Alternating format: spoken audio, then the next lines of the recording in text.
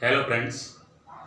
पिछले वीडियो में हम फंडामेंटल पर पहुंचे थे और फंडामेंटल में जो हम पहुंचे थे तो उसमें हमने रूट वाले पार्ट पे चल रहे थे और त्रिकोणमिति वाला पार्ट चल रहा था ये, और उसके अलावा क्लॉक वाले कुछ केसेस हमने पढ़े हुए थे। अब हम सिंपल जो बड़ी छोटी आरोही अवरोही बेसिक क्रम जो चल रहा है बेसिक वाले, तो आरोही अवरोही जैसा तुम्हें मालूम है, आरोही अवरोही, आरोही का मतलब होता है बढ़ते क्रम बढ़ते, और अवरोही का मतलब होता है घटते क्रम। इसको बोलते हैं असेंडिंग और इसको क्या बोलते हैं, डिसेंडिंग। अब हम सिंपल सा तरीका इसके, हमें जो लगभग 4 केस पढ़ने हैं, 4 या 5 जो पेपर में पूछे जाते हैं। अगर हम पहले वाले केस की बात करें 1/2 1/3 1/4, बिल्कुल सिंपल सा एग्जाम्पल है। तो 1/2 1/3 1/4 विच नंबर इज ग्रेटेस्ट या विच नंबर इज स्मॉलेस्ट, बड़ी छोटी सार्थक क्रम आरोही अवरोही घटते बढ़ते, जो भी लिखा आ जाए। अब देखो समझना, पहली वाली जो मेथड आती है इसको बोलते हैं भाग विधि, डिवाइड मेथड। अगर हम भाग विधि पे जाएं तो ये बताओ 1/2 का मतलब है 0.50, 0.33, 1/4 का मतलब है 0.25।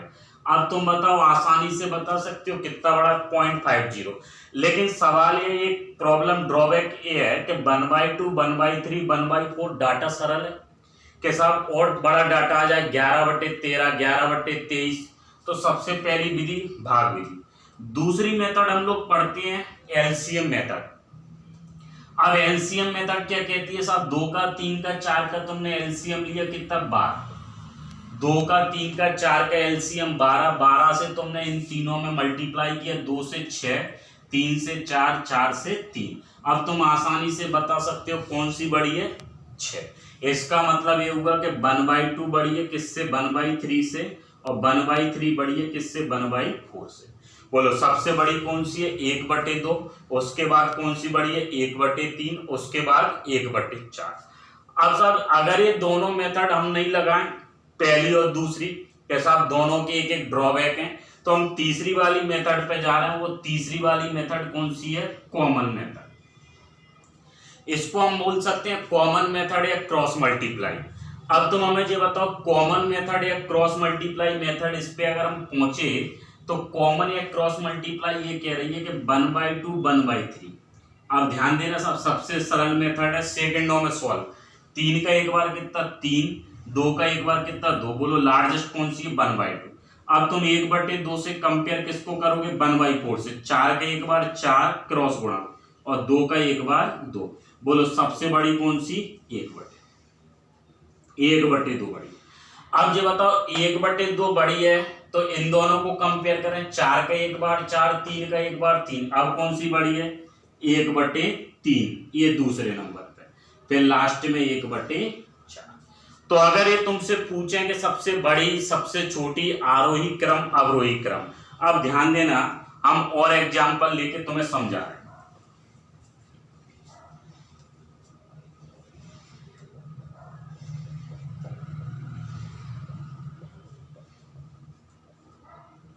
ये देखिए, तो हमने 5/11 3/17 9/11 ऐसे हमें 4 केस पढ़ने हैं, और 4 केस में अभी हम पहले वाले केस पे चल रहे हैं। अब इसमें हमें बड़ी चाहिए, छोटी चाहिए, आरोही क्रम चाहिए, अवरोही क्रम चाहिए, जो भी। तो ये बताओ सबसे पहला तो ये है। अब सवाल ये भी है कि साहब तुम्हारे मन में एक डाउट ये आ रहा है कि इन दोनों को ही क्यों कंपेयर कर रहे हैं, तो तुम इन दोनों को कंपेयर कर सकते, कोई भी दो संख्याएं कंपेयर करनी है तो इन दोनों को या फर्स्ट और थर्ड। तो 17 पंजा कितना हो गया 85, 85। 11 का 3 बार कितना 33। अब तुम बता दो 85 बड़ा है कि 33, 85 वाला, तो 5/11 बड़ी है।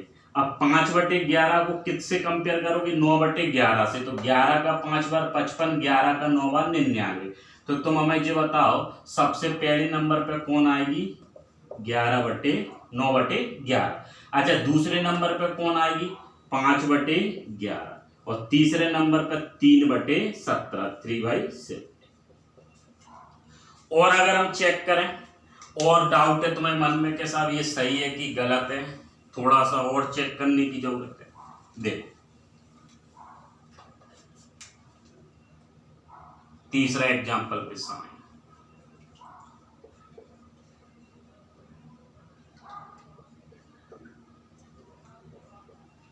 ये देखिए हमें इन तीनों संख्याओं में नहीं मालूम कौन सी बड़ी कौन सी छोटी, भाग विधि का हम यूज नहीं कर रहे, एलसीएम का नहीं कर रहे, हमें तो क्रॉस मल्टीप्लाई या कैंची गुणा मालूम है। तो 11 का 3 बार कितना 33, 8 का 8 से कितना हो गया 64। अब बोलो बड़ी कौन सी है 8/11, 8/11। अब तुम 8/11 को कंपेयर किससे करोगे 9/13 से, तो 8/11 को कंपेयर करोगे 9/13 से, तो 13 का 8 बार कैंची गुणा, 13, 26, 52, 104, 104, और 11 का 9 बार 99। अब तुम बताओ साहब बड़ी कौन सी है 99 के 104, 100, तो पहले नंबर पे 8/11। अच्छा दूसरे नंबर पे अब बारी आई, तो पहले नंबर पे 8/11, अब इनको देखना 13 का 3 बार 39, 8 का 9 बार 72, तो दूसरे पे 9/13।